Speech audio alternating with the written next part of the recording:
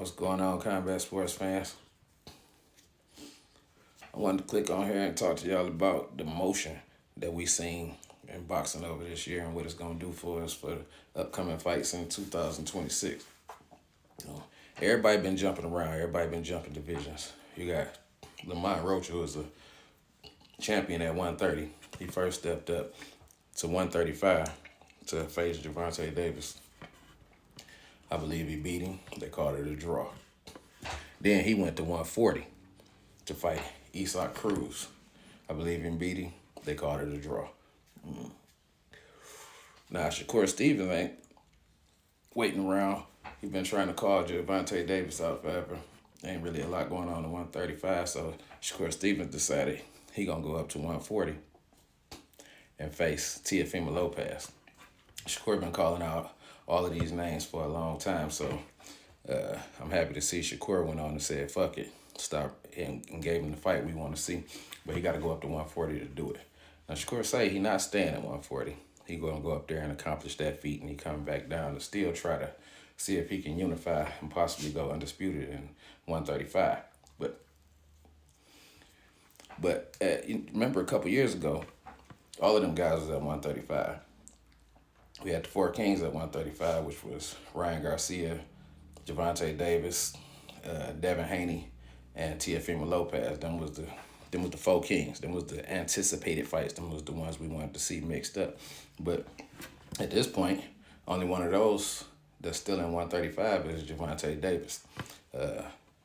Rolly moved up to 140. Ryan Garcia moved up to 140. Devin Haney moved up to 140. Now he just went and took a belt at 147 against my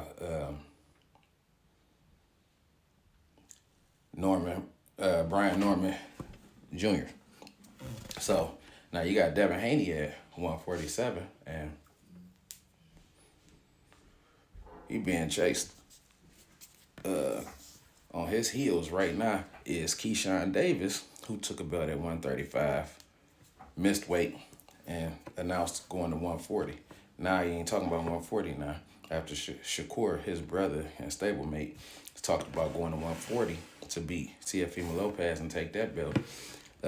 Keyshawn hit us with I could just go to 147. And who at 147? You got Devin Haney at 147. You got Mario Barrios at 147. You got Lewis Crocker at 147. And Rolando Romero at 147. So now 147 look interesting. Rolly Romero is also, you got Ryan Garcia. He don't have a title, but he at 147 too. So Devin Haney got a revenge fight at 147. He need to go back and see Ryan Garcia for whooping his ass like he did at 140. And they say he was on PEDs. I don't think that had nothing to do with it, but we're going to see when they meet back up at 147. But right now, Devin Haney is chasing this Lewis Crocker. That's who they asking to fight. They asking to fight Lewis Crocker. But at the same time, you got Keyshawn Davis talking about going to 147, and he's challenging Devin Haney. So at 147, you also got the Mario Barrios up there. So what's finna happen right now, Mario Barrios gonna fight Ryan Garcia. If Ryan Garcia can pull that off, then that'll set him up for a rematch because Devin Haney just came and took a belt from Brian Norman Jr. So that'll make they rematch a unification match in a whole nother division. That's money. Fighting Ryan Garcia is money all day anyway. Devin the Dream Haney, he getting money out there too. So that's a money fight. If they can come back and do their revenge fight at 147 for the belts, make it a unification fight. So at that's what we got going on at 147. But at 147 used to be Jerron Enos. Also, another dude who used to be at 140 is Virgil Ortiz. They both at 154 now. They scoping each other out. It looked like Virgil Ortiz and Golden Boy gonna duck this one. It looked like they're gonna take the safe road with this one and not coming to see Jerron Enos. But if anything go my way, that fight get made and we see that fight in 2026 too. Shakur Stevens not talking about stopping at 140. He's saying he can go up to 147 after this and challenge Conor Ben. He also said he entertained the idea of a fight with Devin Haney at 147. That's another fight that's been talked about for years, but they just can't. You know, Devin Haney big, he keep moving up divisions, and Shakur say he a natural 135 pounder. He comfortable at 135. But he said nobody all the way up to 147 is out of his reach. So that's that. And like y'all know, I think he the best fighter in boxing. So those three divisions belong to Shakur. Everybody better stay out his way. Also, though, talking about people moving around in the weight divisions and everything, we got David Benavidez, who campaigned at 168 for the longest, but was boxed out by Canelo and some other forces and could never get his title shot. So he had to go to 175. He went to 175, didn't quite get a title shot. He got a couple fights in 175 and ended up being the interim champ, lining him up next for the title shot.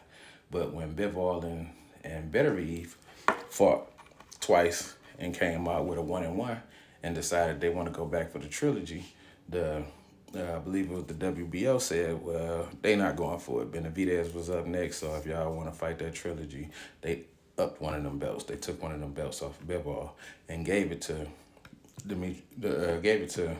Mexican monster, David Benavidez. David Benavidez defended that belt one time, checked around, looked at the landscape. It wasn't looking like he was going to get no unification or no undisputed fight with Bivol no time soon because he's injured, but still talking about coming back off his injury and fighting Beterbiev for that trilogy fight. It's the politics. It's just about money.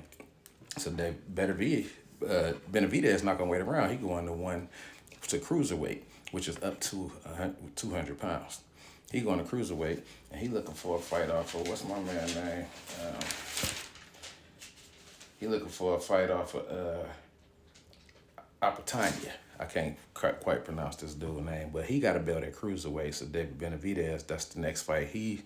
That's his next fight at cruiserweight. He leaving light heavyweight and going to cruiserweight for that fight. And then we got Alexander Usyk, who done did everything it is to do in the heavyweight division. And he was never a natural heavyweight anyway. He's a natural cruiserweight. He said he's going back down to cruiserweight. So all this shifting divisions and everything is mixing up the game, and it's allowing us to see more of the fights that used to be, they might be a fantasy fight. Now these fantasy fights is coming true because these fighters is willing to cross the division lines, and come get who they looking for. They ain't letting 5, 10, 17 pounds hold them up. Terrence Crawford basically went from 147 to 168 because he only had one fight at 154. So I say he went from 147 to 168, a 21-pound difference, and beat who is arguably one of the best fighters in boxing today for undisputed championship. So right now the game is crazy. Ain't nobody sticking to the rules. Ain't nobody sticking to divisions. We getting the fights we want to see. With the Sheik involved and Sheik and his money involved, and Ryder season, we really getting all the fights we want to see, because the other problem we had was the paydays. Fighters was not giving us the fights we want to see because the promoters wasn't paying them right. Well, the Sheik over there in Saudi Arabia then stepped in with his organization, and he doing the Ryder season fights. So all of the paid fighters is getting paid. Everybody's trying to run over there for a fight now, and they're gonna give you the fight you want to see because he paying them like they want to be paid. So year 2026 gonna be real nice for boxing, y'all. I'll see y'all there. Combat Sports Arena is Taz. I'm out.